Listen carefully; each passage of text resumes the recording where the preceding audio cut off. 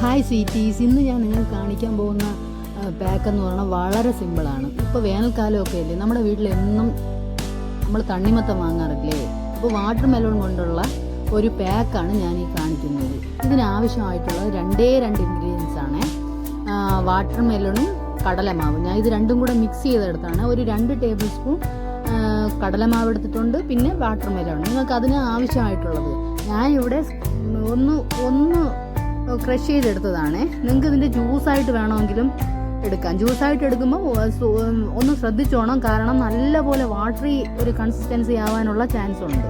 നമ്മുടെ ഇത് മുഖമോ കയ്യോ എന്തായാലും നല്ലപോലെ ഒന്ന് ക്ലീൻ ചെയ്തതിന് ശേഷം ഇതിനെ നന്നായിട്ട് അപ്ലൈ ചെയ്യണം. ഇത് നല്ലതായിട്ട് ബ്രൈറ്റൈൻ ചെയ്യും, ഒരു ഗ്ലോ ഒക്കെ ഉണ്ടാവും.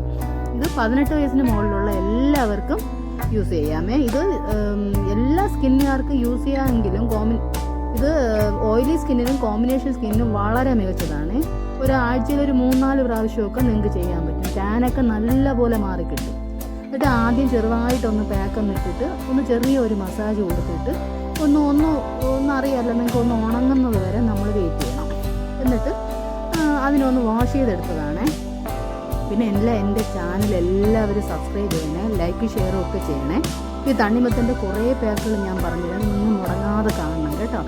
ഇത് കഴുകിയതിന് ശേഷമുള്ള റിസൾട്ടാണ്. കണ്ടോ, നല്ല വ്യത്യാസമുണ്ട്. നമ്മൾ സ്ഥിരമായിട്ട് ചെയ്യുവാണെങ്കിൽ നിങ്ങൾക്ക് നല്ല വ്യത്യാസം ഫീൽ ചെയ്യും.